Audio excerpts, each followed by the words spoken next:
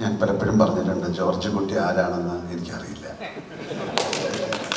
വളരെ അത്യപൂർവമായിട്ട് സംഭവിക്കുന്ന കാര്യമാണ്. നമ്മൾ സിനിമ ചെയ്യുമ്പോൾ ഒരു ക്യാരക്ടർ ചെയ്യുമ്പോൾ നമുക്ക് കുറച്ച് കഴിഞ്ഞ് അത് മനസ്സിലാവും. ഒരുപാട് സിനിമകളുണ്ട് നമുക്ക് ഓർത്ത് വയ്ക്കാൻ. വാനപ്രസ്ഥം അല്ലെങ്കിൽ തൂവാനത്തുമ്പികൾ, താളവട്ടം, ചിത്രം, അങ്ങനെ ഒരുപാട് മാത്രം അങ്ങനെയൊക്കെ പറയാം.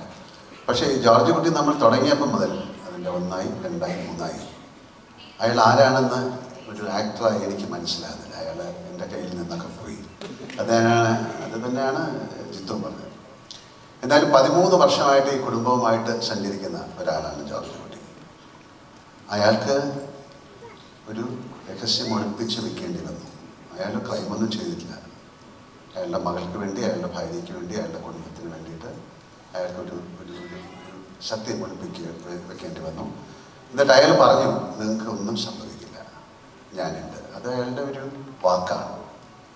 അപ്പം അയാളുടെ ഒരു പ്രതിജ്ഞയാണ്. അത് കീപ്പപ്പ് ചെയ്യാനായിട്ട് കഴിഞ്ഞ 13 വർഷമായിട്ട് അയാൾ ഭയങ്കര ഒരു യാത്രയിലാണ്.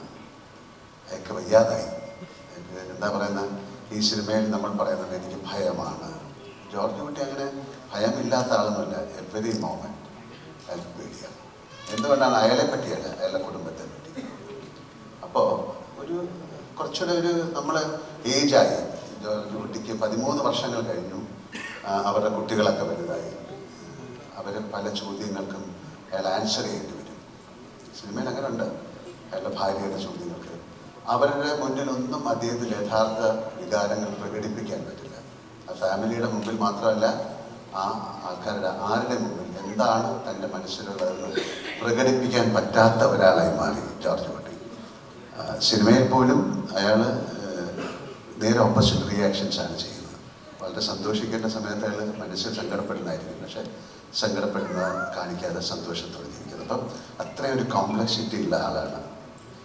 അപ്പം ഞാൻ അദ്ദേഹത്തെ ഈ സിനിമയുടെ കാര്യങ്ങളൊക്കെ പറഞ്ഞപ്പോഴത്തേക്ക് നമ്മൾ ഒരു ആക്ടർ എന്നുള്ള രീതിയിൽ ഞാൻ മനസ്സിലാക്കുന്ന അയാൾക്കൊരു സ്പിരിച്വാലിറ്റിയിലേക്കോ ഒരു ഫിലോസഫിക്കൽ തലത്തിലോട്ടൊക്കെ ജോർജ് കുട്ടി നടക്കേണ്ട സമയമാണ്.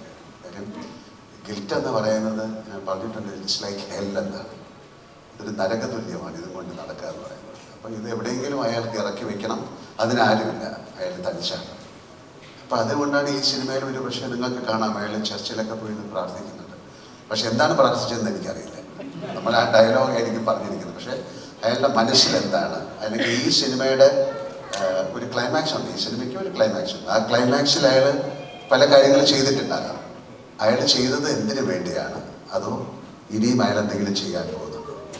പിന്നെ ഈ സിനിമയിൽ വളരെ പ്രത്യേകതയുള്ളത്, ഇത് 2 ഫാമിലീസിൻ്റെ കഥയാണ്. ഇത് പറഞ്ഞു 2 അമ്മമാരുടെ കഥയാണ്, 2 അച്ഛന്മാരുടെ കഥയാണ്, 2 കുട്ടികളുടെ കഥയാണ്. ഇതിൽ പിന്നെ ഒരുപാട് പേര് വന്നു പോകുന്നുണ്ട്. പക്ഷെ എന്നാലും 2 പേർക്കും തുല്യ ദുഃഖിതരാണ്.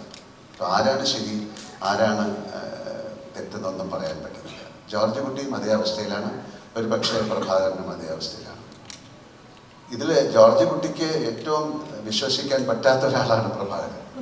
കാര്യം അയാൾ വന്ന് പറയുന്നത് സത്യമാണെന്ന് എങ്ങനെ അറിയും? നിങ്ങളൊന്നും പറയും, ഞാനത് ശരിയാക്കാം. അത് സത്യമാണോ അല്ലയോ എന്നറിയില്ല. അപ്പോൾ എല്ലാ കാര്യങ്ങളും ആരായാലും ജോർജ് കുട്ടി കാണുന്നത് ഒരു എതിരാളിയായിട്ടാണ്. അപ്പോൾ അതിനെ എങ്ങനെ അത് കൊണ്ട് നടക്കാമെന്നൊക്കെ പറയുന്ന ഒരു ചിന്തയിലാണ്. അപ്പോൾ ഭയങ്കരമായ ഭാരം മനസ്സിലേറി ഷോൾഡർ ചെയ്ത് നടക്കുന്ന ഒരാളാണ് ജോർജ് കുട്ടി.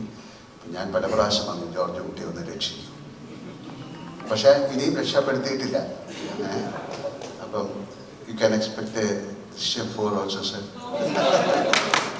അല്ല, അങ്ങനെ പറയും. This is just show, but it's not a show. Let people watch the film and let them decide whether we should do sequel, like 4 or 5. But Anthony has got a very different plan. He said we'll do 5. എന്തായാലും ഒരുപാട് സന്തോഷം. As an actor, I'm so thrilled because it never happens in films. For the last 13 years, I'm carrying this character and this family. They are growing and they are having a bunch of questions.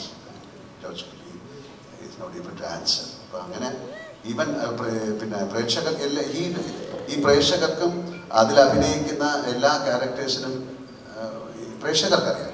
പക്ഷെ അതിൽ അഭിനയിക്കുന്ന ഒരു ക്യാരക്ടേഴ്സിന് ഇയാൾ എന്താ ചെയ്തതെന്ന് അറിയില്ല. അതൊരു strange ഫിനോമിനയാണ്. പ്രേക്ഷകർക്കറിയാം, അതിലെ പോലീസിനറിയാം, കുറച്ച് പേർക്കൊക്കെ അറിയാം ഇയാൾ എന്തോ ചെയ്തിരിക്കുന്നു, ഡൺ സംതിങ്. ബട്ട് എന്താണെന്നുള്ളത് ആർക്കും അറിയില്ല, ആ ഫാമിലിക്ക് അറിയില്ല. അപ്പം ഇതുകൊണ്ട് ഇയാൾക്ക് ഈ വെയിറ്റ് താങ്ങി നടക്കാനുള്ള ശക്തി ഇല്ലാതായി.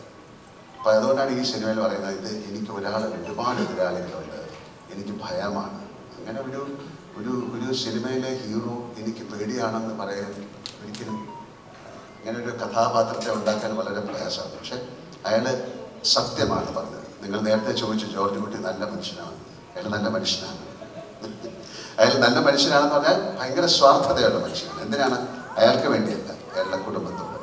അപ്പം ആ കുടുംബത്തെ രക്ഷിക്കാൻ ജോർജ് കുട്ടി ഈ കുടുംബത്തെ രക്ഷിക്കാൻ ജോർജ് കുട്ടി ഏതറ്റവും വരെയും പോകും. ജോർജ് കുട്ടി.